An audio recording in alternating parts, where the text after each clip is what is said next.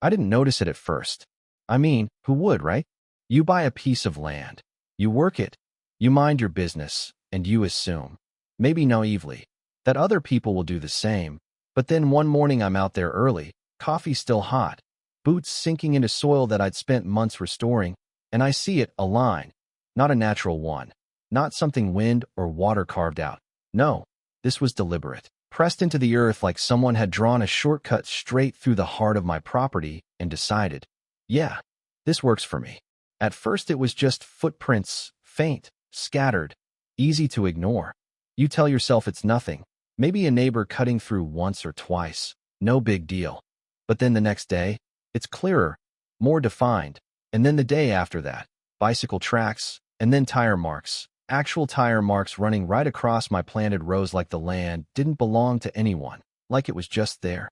And here's the thing that really gets you. It wasn't random. It was consistent, same path, same direction, every single day, like clockwork, like they'd all silently agreed this was now public infrastructure. So I started watching, not in a creepy way, just paying attention. And sure enough, around late afternoon, here comes this guy. Mid-40s, gym shorts, earbuds, walking straight through like he owned the place, steps over the irrigation line like it's a decoration, not something I installed with my own hands, doesn't even look down. Next day, a couple teenagers on bikes, laughing, cutting across the same route, skidding just enough to leave fresh scars in the soil. Then a woman with a stroller, wheels digging into soft ground, crushing seedlings that hadn't even had a chance to take root yet. And I'm standing there thinking, okay, maybe they don't know. Maybe there's confusion about where the boundary is. Maybe I didn't mark it clearly enough. So I did the polite thing. Yeah, I tried that first. I caught the jogger guy on his way back one evening, gave him a wave, kept it friendly, and said, hey man, just so you know, this is private land. I've got crops planted here, would really appreciate it if you could go around. And he stops, pulls out one earbud, looks at me like I just asked him to reroute traffic on a highway. And he goes, dead serious, oh, I've always walked this way. Always. I remember just blinking for a second, like always? I've owned this land for less than a year. What do you mean always? So I explain again, still calm, still reasonable. Yeah, I get that, but it's private now, and it's actually damaging the crops. And he shrugs, and hits me with, it's not a big deal, man. Everyone uses this path. Everyone. That was the moment something shifted, not anger, not yet, more like disbelief mixed with this quiet realization that I wasn't dealing with one guy. I was dealing with a mindset.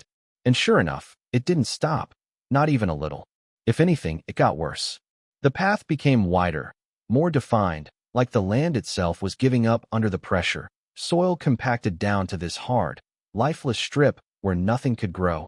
Irrigation lines started getting bent, then cracked, water flow got uneven. And suddenly, I'm not just annoyed. I'm losing yield, real, measurable loss. So I tried again, different people this time, same conversation, slightly different faces. Hey, just so you know, this isn't a public path. Oh, it's fine, we've always gone this way. It's damaging the crops. It'll grow back. It's private property. No one's ever had a problem before. And that last line, that's the one that sticks with you, because it's not about facts anymore, it's about entitlement. Like the absence of consequences somehow rewrote reality. At one point, I even had a guy, pickup truck, full-on drive straight across, stop when I flagged him down, and instead of apologizing, he leans out the window and goes, if you didn't want people using it, you should have blocked it off. Blocked it off. Like the default setting for private land is public access unless proven otherwise. And I remember standing there after he drove off, engine noise fading, dust settling over rows I'd spent weeks planting, and thinking, okay, this isn't going to be solved with conversations. Because every interaction followed the same script, different people, same lines, like they were all reading from the same invisible handbook. Minimize, justify, dismiss. And the more I pushed, the more resistance I got. Not aggressive, not confrontational, just dismissive, which in a weird way is worse. Because you can argue with aggression, you can confront hostility, but dismissal? That's like trying to grab smoke. So I had a choice. I could escalate, turn it into a neighborhood conflict, put up signs, call people out, maybe even get into shouting matches. And yeah, part of me wanted to. Or I could step back, stop reacting, and start thinking. Because if there's one thing I've learned, it's that when people feel entitled to something, arguing rarely changes their behavior. But systems?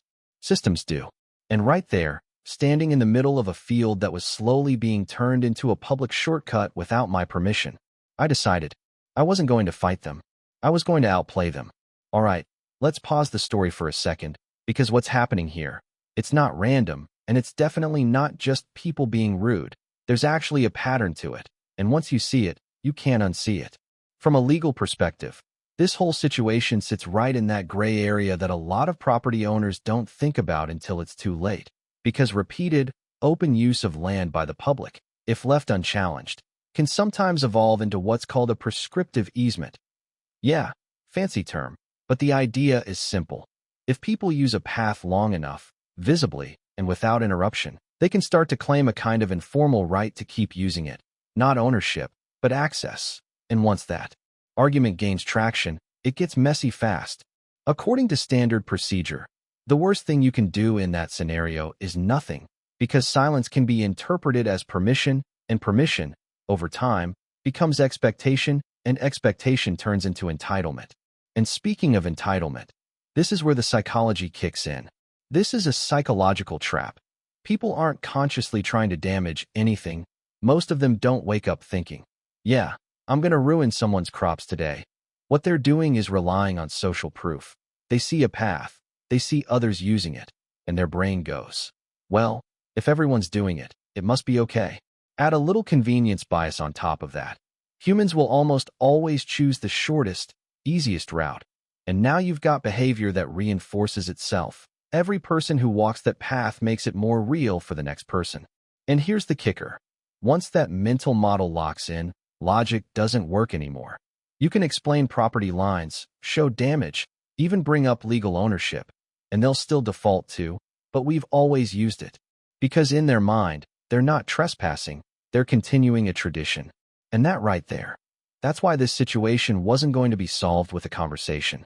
So yeah, once I understood that, really understood it, I stopped seeing it as a people problem and started seeing it as a system problem, because arguing with individuals wasn't changing anything, but the environment they were walking through, that I could control. And that's when I went quiet. No more stopping people mid-walk, no more explaining, no more trying to convince anyone of anything. I just disappeared from the conversation, which, funny enough, made them even more comfortable. Traffic didn't slow down.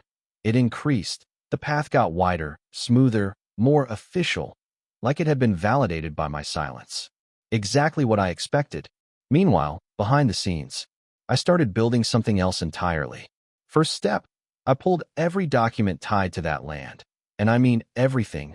Original survey maps, zoning classifications, county agricultural use guidelines, drainage permits, access records. I even went down to the county office and double-checked historical filings just to make sure there wasn't some forgotten easement buried in paperwork from 30 years ago. There wasn't. Clean. Private. No shared access. No right-of-way. Nothing. Good. Because if I was going to move next, it had to be airtight, not emotional, not reactive, structural.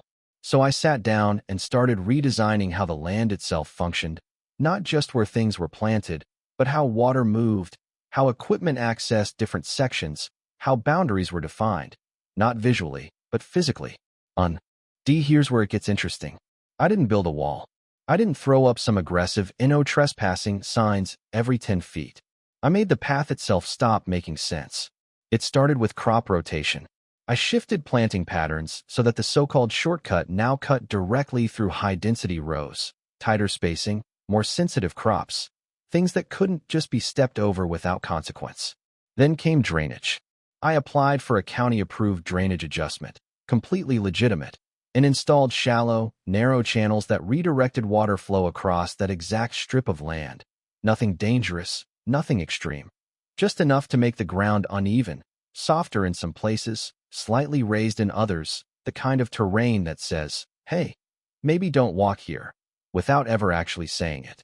And because it was documented and approved, completely untouchable.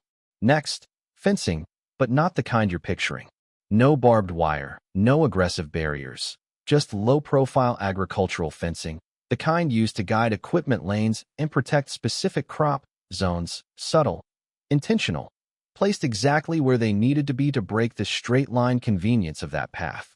Then I added permanent boundary markers, clean, official, spaced out just enough to be visible, but not obnoxious, and most importantly, filed, recorded, logged. Every single change I made, I documented dates, permits, layouts, compliance notes, because if anyone ever did try to challenge it, I wasn't going to argue. I was going to hand them a stack of paperwork so solid it would end the conversation before it started. And then, I waited. First couple days, no change. People still came through, same confidence, same routine. But then hesitation. You could see it happen in real time. The jogger guy, same guy from before, comes up to the edge of the new layout, slows down, actually looks, like really looks at the ground for the first time ever, steps forward, realizes the path isn't flat anymore. There's fencing interrupting his usual line, water channel cutting across where he used to walk. And he pauses, just stands there for a second. Then, this is my favorite part. He looks around, like maybe there's an easier way, like the shortcut owes him an alternative. There isn't. So he sighs, turns, and walks around. No confrontation, no argument, just rerouted. Next day, the bike kids show up.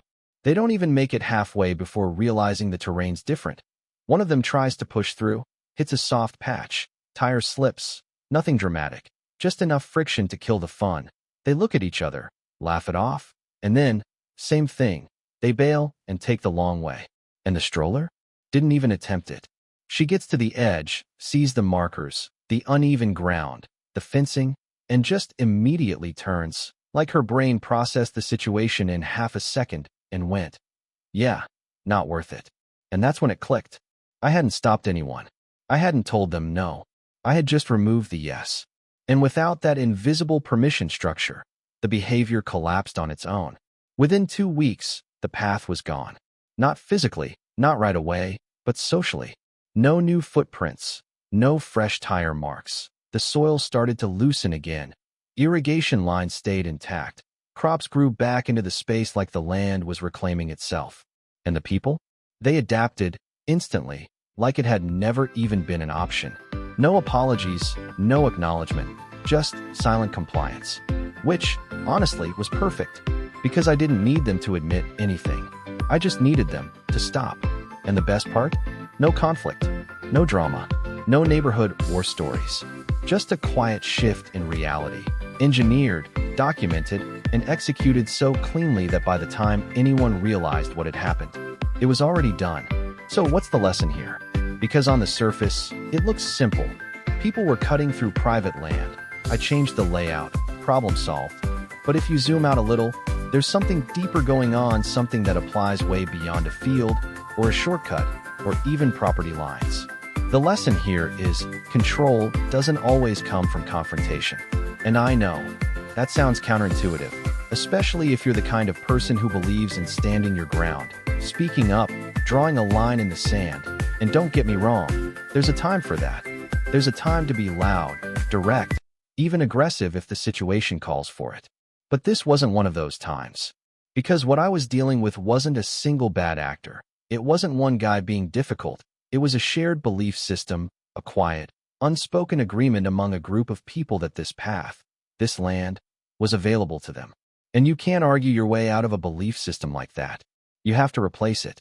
See, most people think boundaries are about what you say, signs, warnings, conversations. But in reality, the strongest boundaries are the ones that don't require explanation, the ones that are built into the environment itself. When something becomes inconvenient, unclear, or just slightly uncomfortable, people don't fight it, they reroute. And that's the part that's easy to miss. I didn't win because I proved them wrong. I won because I made the behavior stop making sense. From a psychological standpoint, this is huge, because humans are incredibly predictable when it comes to effort versus reward. If the reward, a shortcut, disappears, or even just becomes less efficient, behavior shifts almost instantly, no debate required. And this is exactly why arguing failed. Every time I said, "Hey, this is private property," they heard, "Here's an obstacle." And their brain immediately started looking for ways around it, minimizing it, justifying it, ignoring it. But when the path itself changed, there was nothing to argue with. No words to push back against, no authority to challenge, just a new reality. And people are surprisingly good at adapting to reality. Now, from a legal perspective, this approach did something else too. And this part matters more than most people realize. By formally redesigning the land, documenting every change, and reinforcing boundaries through legitimate, approved modifications, I didn't just stop the behavior. I protected the property long-term. Because remember what we talked about earlier, consistent, unchallenged use can turn into claimed access over time. By interrupting that pattern, not with confrontation, but with structure, I reset the clock. No continuous use, no implied permission, no gray area. Just clear, documented ownership. And that's something a lot of people overlook. They think ownership is just about having a deed, but in reality, it's also about defending how that land is used, not emotionally, but strategically. Now, let me be real with you for a second. This approach, it takes patience. It takes restraint. Because there were moments, plenty of them, where it would have felt really good to just snap, to call people out, to escalate, to make a scene and force the issue. And yeah, maybe that would have worked short-term, but it also would have created tension, drawn attention, possibly even turned into something bigger than it needed to be. Instead, I chose something quieter, something slower, but also something permanent. And that's the trade-off a lot of people struggle with. Do you want to win the moment? Or do you want to solve the problem? Because those aren't always the same thing. And look, I'm not saying this is the only way to handle situations like this. Every context is different, different neighbors, different laws, different stakes. But what I am saying is this. If you ever find yourself dealing with a pattern of behavior that keeps repeating, especially one that's backed by convenience and social proof, before you jump into confrontation, ask yourself, what system is allowing this to happen? And more importantly, how can I change that system instead of fighting the people inside it? Because once you get that part right, everything else tends to fall into place. So yeah, that's my story. No shouting, no lawsuits, no viral neighborhood drama. Just a quiet shift and a field that finally got to be what it was always supposed to be. Now I'm curious, what would you have done? Would you have confronted them head-on? Put up fences immediately? Called authorities? Or handled it differently? Drop your thoughts in the comments. I read more of them than you'd think. And honestly, I'm always interested in how other people approach situations like this.